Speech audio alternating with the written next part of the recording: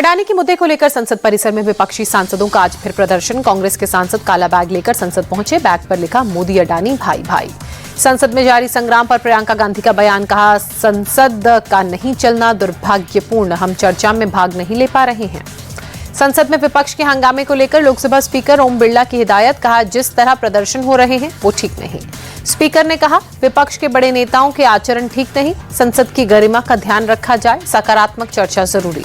Speaker की बात पर लोकसभा में विपक्ष का हंगामा, कुछ देर के लिए स्थगित हुई कार्यवाही। राज्यसभा में जॉर्ज सोरोस के मुद्दे को लेकर भारी हंगामा, कुछ देर बाद ही स्थगित करनी पड़ी कार्यवाही। संसदीय कार्य मंत्री किरण रिजिजू ने राहुल गांधी पर साधा निशाना, कहा राहुल को लोगों के मुद्दों से कोई लेना देना नहीं, वो नाटकीय तरीके से कुछ ना कुछ करते हैं। अडानी मुद्दे पर तमाशा कर रहे हैं राहुल। गिरिराज सिंह ने कांग्रेस पर हमला बोलते हुए कहा जॉर्ज सोरोस पर स्पष्टीकरण क्यों नहीं दे रही कांग्रेस, सदन भी चलने नहीं देती और बाहर भी अराजकता फैला रही है।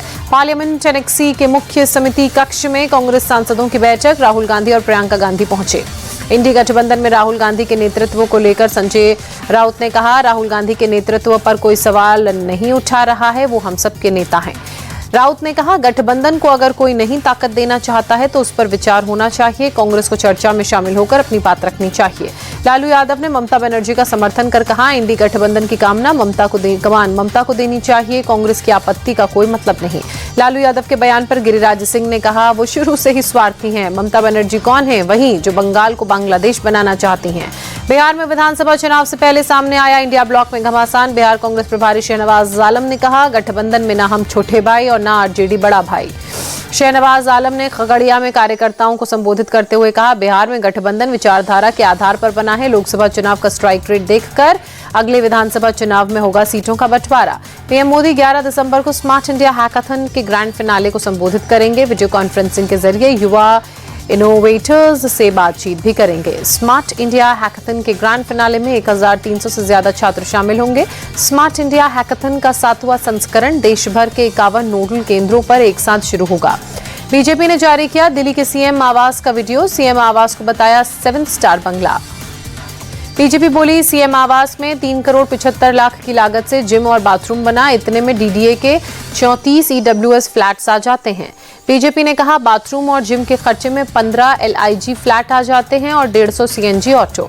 मुंबई में शिवसेना यूबीटी ने ईवीएम के खिलाफ मशाल जुलूस निकाला।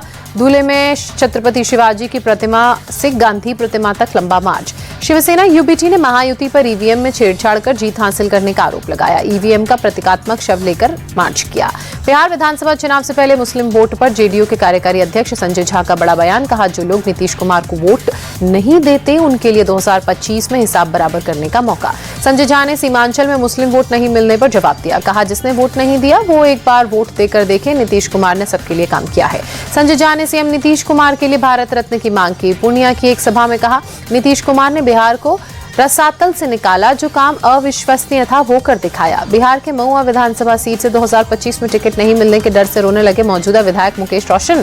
तेज प्रताप यादव ने महुआ से चुनाव लड़ने का ऐलान किया है। अहमदाबाद में हिंदुओं का विशाल विरोध प्रदर्शन। बांग्लादेश में हिंदुओं पर हो रहे अत्याचार के खिलाफ प्रोटेस्ट। बांग्लादेश मुद्दे को लेकर देश भर में प्रदर्शनों का दौर जारी। राजधानी दिल्ली में लगे बांग्लादेश के खिलाफ पोस्टर।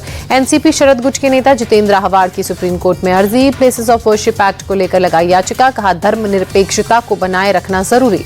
पूर्व विदेश मंत्री और कर्नाटक के पूर्व सीएम एसएम कृष्णा का निधन, 92 साल की उम्र में ली अंतिम सांस, कई नेताओं ने दुख जताया। एसएम कृष्णा को श्रद्धांजलि देने उनके घर पहुंचे बीएस येदियुरप्पा। देर रात 92 साल की उम्र में एसएम कृष्णा का हुआ निधन। एसएम कृष्णा के निधन पर कर्नाटक में 3 दिन के राजकीय शोक का ऐलान। सीएम सिद्धारमैया ने ऐलान किया कोई भी समारोह और जश्न नहीं मनाया जाएगा।